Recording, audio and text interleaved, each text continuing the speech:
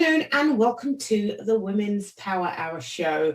And joining me today is Robyn Harris, who is the Soul Alignment Mentor. I love that title. Love to welcome you to the show, Robyn. Great to have you here with us today. Thank you, Yvonne. It's a pleasure to be here. So much to ask you, but I guess for the benefit of the listeners, it would be really good to just kickstart with finding out a little bit about yourself, your journey. I know kind of you really live in the world of personal development. So kind of what was your journey into doing that and how perhaps you now help others with that too? Okay, so my journey, really, the work that I do comes from my own journey, because going back a few years now, I had got into this situation where I was feeling really low, really down, and almost just didn't have any hope of it changing and getting any better. But I was at that point of, you need to change. You need to do this differently. That needs to be different. So pointing outward all the time and just expecting that something, some miracle, some magic wand was going to come along and wave and everything would be as I wanted it to be, as I needed it to be. And so I tried going to the doctor and getting some pills, and that was a complete fiasco. I took one and lost my car in the car park and thought, I'm not taking any more of those. Oh my gosh. I lost myself kind of thing. So that wasn't going to work. I tried talking therapy. That was not working for me.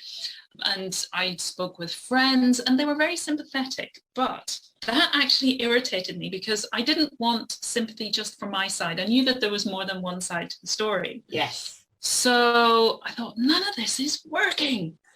And the alternative, was either to do something, find something else, or give up. Yeah. So rather than giving up, I thought, I'm a bit of a bookworm. So I went off and I read loads, and I read Neil Donald Walsh's Conversations with God. I joined a course which is based on Andrew Cohen's book, Evolutionary Enlightenment. That was a 9-month course. It was amazing. I made a friend in Australia during that course, and we're still in touch, and that's years later, about 11 years later. It just changed my whole perception. And that's one of the things that I share. And I actually run, a lot of people call them challenges or events on Facebook. I call it a cwtch. I live in Wales now, and a cwtch is, if you look it up in the dictionary, it's going to say that it's a cuddle or a hug. Right. But what it is so much more than that. It's basically putting your arms around someone to help them feel safe in the world. And my coaches are helping people to do that for themselves. How can we put our own arms around ourselves so that we feel safe in the world? And a lot of the work, particularly at the moment, that I'm doing is based around trauma and being trauma informed. I've just watched the trauma movie with Gabor Mate. Yes. One of his book, When the Body Says No, is huge for me. It's very aligned with the work that I do. And just the understanding that every single pretty much person in the whole of the world has experienced trauma.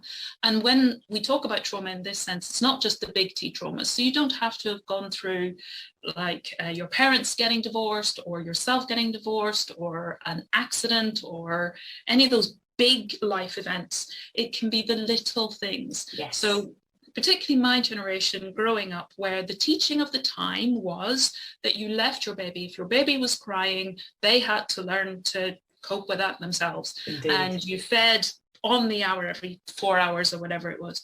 Versus if you look at native peoples, they have their babies with them all the time. They carry them quite often strapped to their back, strapped to the front, whatever. And they also feed when the baby asks for food. So the child, Gabor says in the movie about how children can only attach through actual physical at that stage in their life. So if we're depriving them of that, we're depriving them of the ability to regulate, because they co-regulate. And through co-regulating with mom or parent, whoever, they learn to regulate themselves. Yes. But if they don't get that, and we need it in those first few months of life, I know the first 7 years are our learning, but the first few months learn how to regulate, then how do you live a life if you don't know how even to regulate, how to support yourself when you feel stressed, rather than either shutting down or acting out? If that's all you've ever learned, what does that do to your life? Yeah. So I realized I was kind of one of those children. I hadn't learnt how to regulate my own emotions. So I was hypervigilant.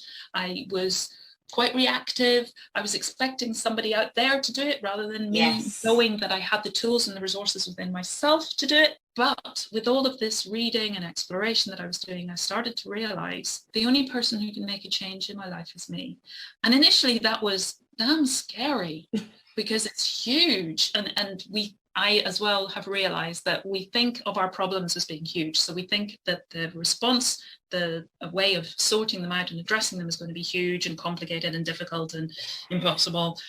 But I realized actually it's just because I was too close. My head was in my problem. Yes, of course. Versus if I can take a step back and start to get a sense of perspective, which is where nature came in for me, because I had always had this passion for nature. And I used to, as a child, sit. My view from my bedroom window was lovely. I was in a suburban area, but we had a motte, so a burial or old-fashioned, ancient history mound. And I used to love to just sit, my window was a corner window, and I would just sit and look out over that view, particularly at night, and to see the moon. And something about looking out to the moon and knowing that is a ball hanging in space. When you let your mind take that trip, that I'm just like this tiny little dust mote on this massive great ball that's floating around in space, which is infinite. Yes. And I can look at that and it blew my mind. So I used to sit there and let my mind be blown. And I still love paradoxes that blow my mind, and quantum physics and all of this kind of stuff. I like to let my mind get blown now and again. So all of that just came together for me in that kind of just that sweet spot when I really needed it. Yeah. And from that, I then, over time, I've devised my 4 pillars, which spell out the wild that is part of my business name, part of the names of a lot of the things that I do, which stand for me for wonder. So embracing the joy of wonder, that childlike, innocent way of just looking at things with fresh eyes. Everything then is wonderful, literally wonderful, awesome and amazing and exciting and new and potential, and that whole expansiveness that we can start to experience versus the shutdown, lack, etc. So that idea of abundance as well. That's W. I for intuition. The learning to get back in touch with who am I, not what society tells me I should be or have to be or ought to be. Putting all of that aside, no, who am I? What are my values? What is true for me? How do I live in alignment with that so that I can get into flow and just shed all of the stuff that I don't need? Yes. L for learning to love myself, who I am, where I am right now. And as somebody just said to me, even was about an hour or 2 hours ago, it's learning to love myself for who I am and who I'm not. D is for dance, because when I came to see life as a dance, it was no longer something that I had to resist, fight against, be angry at. It can be passionate. It can be vital. It can be huge. It can be small. It can be whatever it needs to be in that moment. But if I don't resist it, and if I just open up to whatever the potentials are and whatever doors are opening, even if other doors seem to be closing, and I can do it with lightness, then it turns into something that is graceful. Nice. And flows and can be fun, even when it's challenging. Because sometimes you watch a passionate dance, and we've all seen Dancing on Ice and these different dance programs that we have now. So you'll see some of those dances that are passionate, and maybe the man is moving the woman in a certain direction because he's always the lead. And life can be like that, and it feels like it's pushing us a certain way, and we're like, I don't know that I want to go that way, and it feels scary. But if I can just, okay, you know what you're doing, I'll go with it. Yes. Then it feels so different. And that's one of the things I share in my coaches, that small differences and difference of perspective make such a huge change to our experience of life. Oh, absolutely. I completely hear that. That just washed over and through me. I love that, because I so get it. And I think that bit that you said near the beginning, that the outward pointing, everything is external. I almost suppose we get taught, because we it's always something else or someone else to blame and point fingers at. And actually getting to that space where we understand that all the richness is inside? It's kind of in here. And am I courageous enough to go in and really kind of discover and uncover? So I think that's beautiful. I love that. Well, listen, Robyn, we're going to take a break and we're going to come back and we're going to just talk a little bit more about health in general.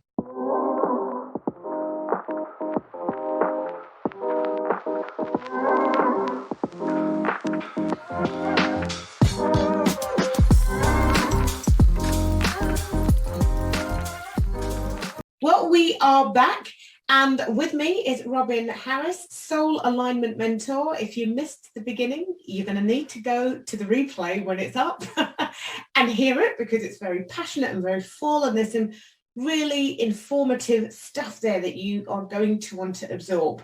We're going to move on though now, Robyn, and I really wanted to speak to you about health in general. There's a really big conversation around the health of the nation. So many people are struggling right now, mental health, physical health, so many different things. What insights can you share around the body, dis-ease, disease, and pain? For me, the body is always trying to get back to well-being and balance.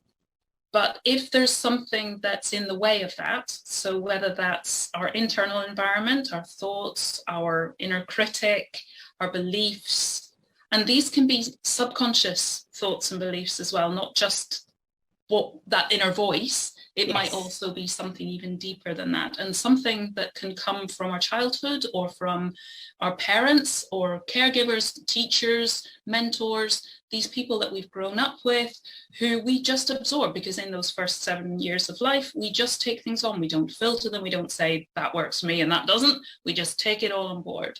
And if we're still carrying some of those, they can actually be not serving us, doing us a disservice and getting in the way of our fullest well-being, our fullest vitality. And the body is always as well sending us messages.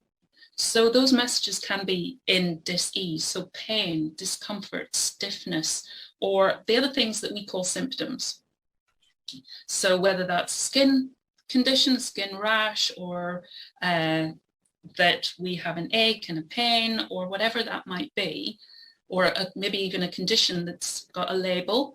So people with things like fibromyalgia, which is very common at the moment, or chronic fatigue, which is something that I myself experienced. These things that doctors don't know why they happen, and often also don't know how to resolve them. They can give you something that dampens what you're feeling, pushes down, suppresses the symptoms, but it doesn't deal with the cause. So the work that I do looks to find that root cause, whether it's a belief or whatever's going on in there. There's generally a belief in there somewhere, and contributing to a greater or lesser extent, and often a trauma. And that's where we create the beliefs that don't serve us. It's in that split second of freeze and going into fight or flight. We've created a belief that has served us at the time. And I think that's so important in terms of our self-compassion, that, okay, I created that belief. I needed it right then in that moment. And I was talking about the Wisdom of Trauma movie. Gabor talks about this in terms of addiction. So what is the addiction giving to the person? What is that belief giving us?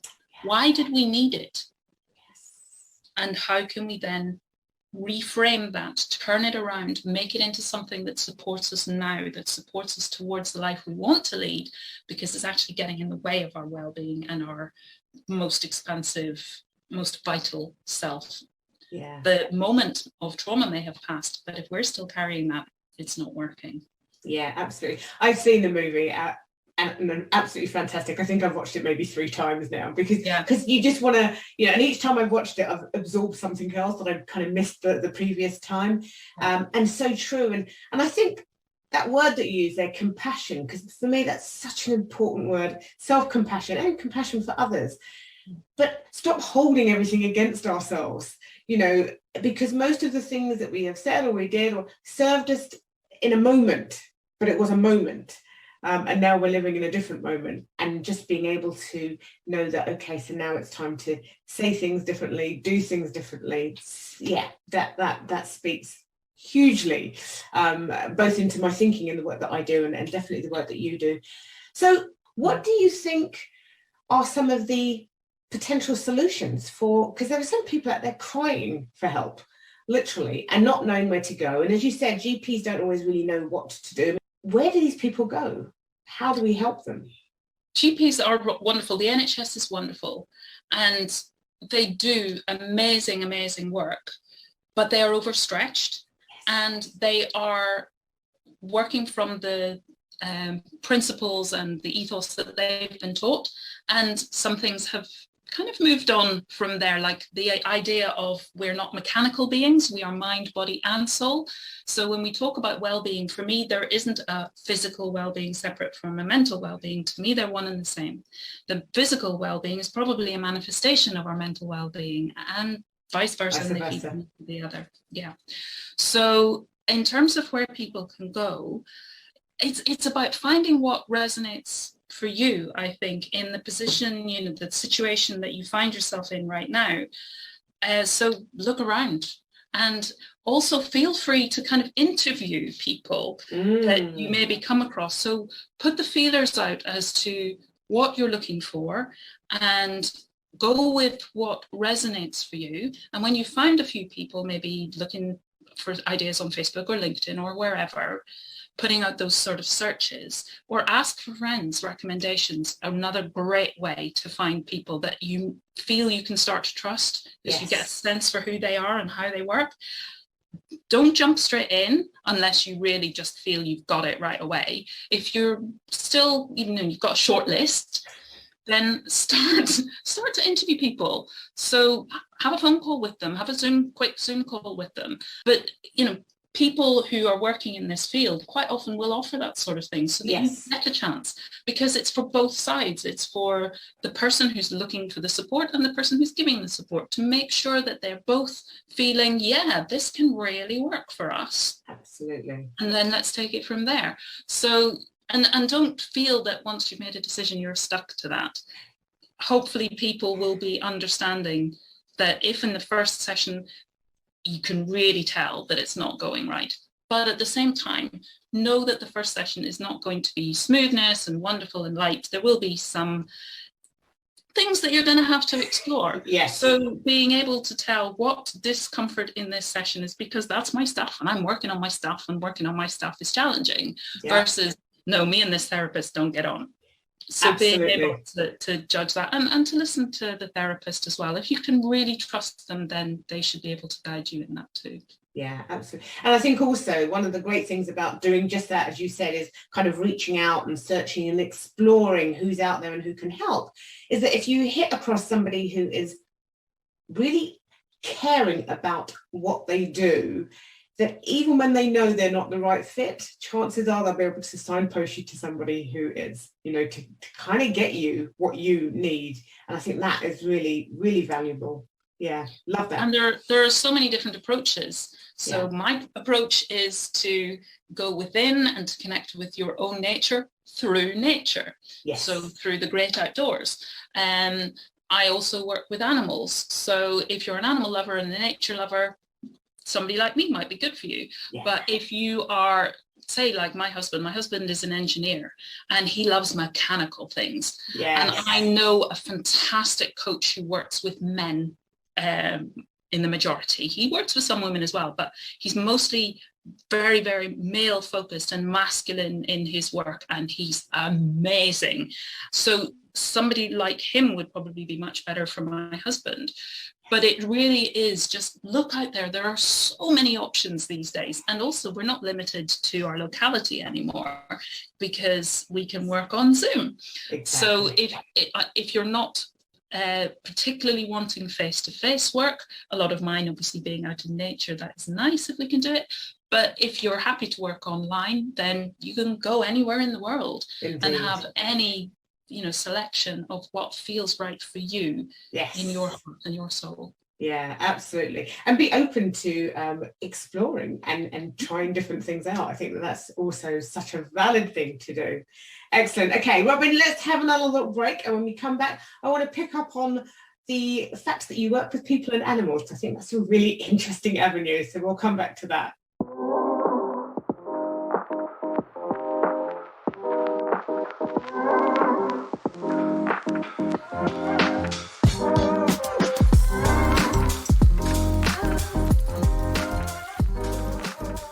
We are back in the studio, and if you have missed anything at all, I'm going to just say it again. You need to get the replay and hear all of this good, juicy information that Robyn has been sharing. So Robyn Harris is the Soul Alignment Mentor. She's been sharing her journey. She's been sharing how she works and how she helps people, her 4 pillars that she works through, and very much connected to nature work. Now, one of the things that you mentioned, Robyn, was that you work with people and animals. And of course, that completely fascinates me. So I'd really like to know a little bit more about how does that work and what led you to work with people and animals? Again, it was my own journey. Nature was so much a part of my own turning my life around. And animals have always been in my life. I grew up with various different animals in my life at different times. There was a dog who was kind of like my Nana in Peter Pan. She was just my constant companion. We went loads of places together, and she would be my confidant if ever I was upset by something at school or whatever. I'd come home and tell her. And I supported her through thunderstorms because she hated thunderstorms. Oh. So we had this kind of reciprocal, or to my impression anyway, we had this reciprocal relationship. And I love horses. And horses have this amazing energy. They look at you and you feel that they look straight into your soul. And most animals do that. They have this way of, oh, you just are.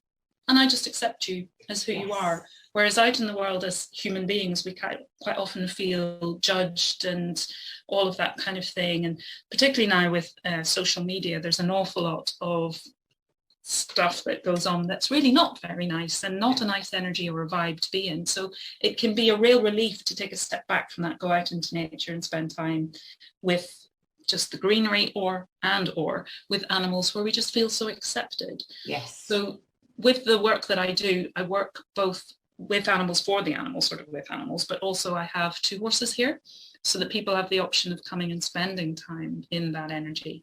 And it's not interacting with them, it's just being in that energy. So I think it's very much about, what my work is very much about learning, how do we just be? Yes. And learn, and the horses can really show us how to just be comfortable with who we are, because quite often we're not, which is why we fill our time with social media and doing human doings so often. Indeed. So I think what we'll do is we'll have another little break, and when we come back, I just want to speak to you a little bit about self-care, and also give the listeners an opportunity to find out how they can find out more about all of the great work that you are doing.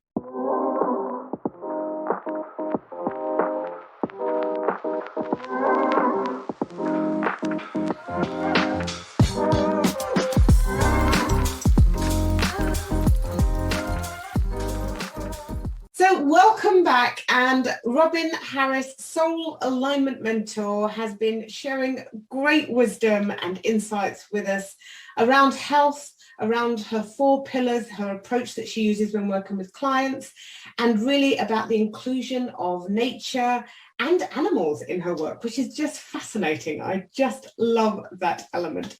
Of course, this being part of the self-care series, what I'd really like to ask you, Robyn, is if you had to give a self-care tip, and I'm going to say specifically to women, because women are incredibly good at putting themselves somewhere down the bottom of their to-do lists. I know we talk about doing, but being and doing. And I guess this is really about encouraging women to understand just how valuable and wonderful they are, and really taking time for themselves. So I'd love for you to share what you would have as your kind of number 1 self-care tip.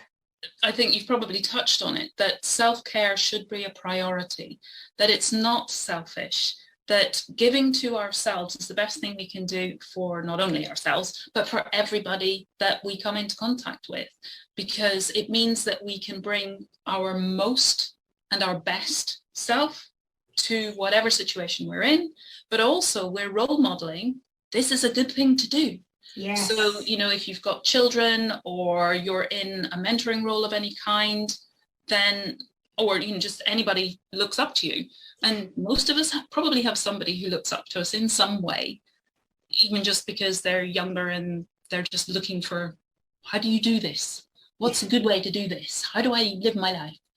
Then if you're saying self-care is a priority, I make time for that, and therefore I can bring more to a situation, and I just feel so good when I do it, then the others around you are going to be picking up on that, and they're going to be doing it. So it's a ripple. It's one of those, ripple ideas that goes out. And if everybody did that, what a world we might have. Wow. Yeah, what a world. And absolutely, that for me is such an important part of prioritizing self-care, because it's not ever just for you or about you. It's about what you're showing others. One, I think, is a little bit about, I value myself enough, and that encourages other people to value you. But also, this is also for you. These are the things that you could be going away and doing for yourself, because you have value and you deserve this. This is something that will make you or help you be the best that you can be, or the most, whatever terminology you want to use around that, your potential or what have you,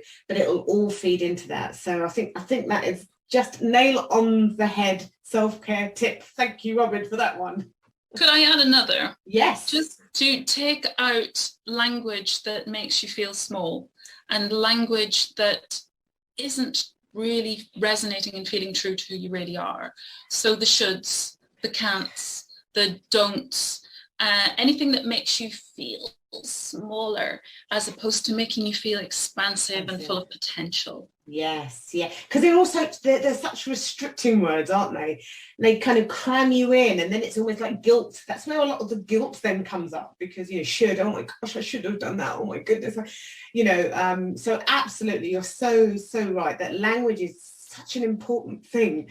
And what we tell ourselves and what we allow others to tell us too is part of that, very much. Okay, Robyn, wonderful information, so much going on. You've kind of filled my cup, so thank you very much for that. I want to give you the opportunity to just share with the listeners a little bit about how they can find out about your work, how they can contact you. Thank you. My website, you can find pretty much everything, my social media links and loads of resources, downloadables and so on. And that is it's equenergy.com. You can do HTTPS, whatever, but equenergy.com. So EQUENERGY.com. And you can find me on LinkedIn, Instagram and Facebook as Equenergy. And I also have a Wild Wisdom Wellbeing group on Facebook. Any of those, and my HubSpot link, if anybody does want to connect just to have a chat and get a feel for what I do, that's on my website as well. Just go to the links list and you'll find everything you need there. Excellent. Well, Robyn, I thank you from the bottom and the top and the middle of my heart. It's been fantastic having you on. Really useful words of wisdom. I want to say words of wisdom. I think things that completely resonate with me, but I know that they'll resonate with lots of other people who are listening in. This is the time for us to really start thinking about taking a hold of our health and our well-being, and that's the inner health as much as the outer health, and really kind of getting the support and help that we need, and knowing that there are fantastic people out there like your good self that are ready and willing to help people. So Robyn, thank you so much for joining me today. Really appreciate it. Thank you, Yvonne. It's been a delight to chat with you. Thank you. Wonderful. Thank you.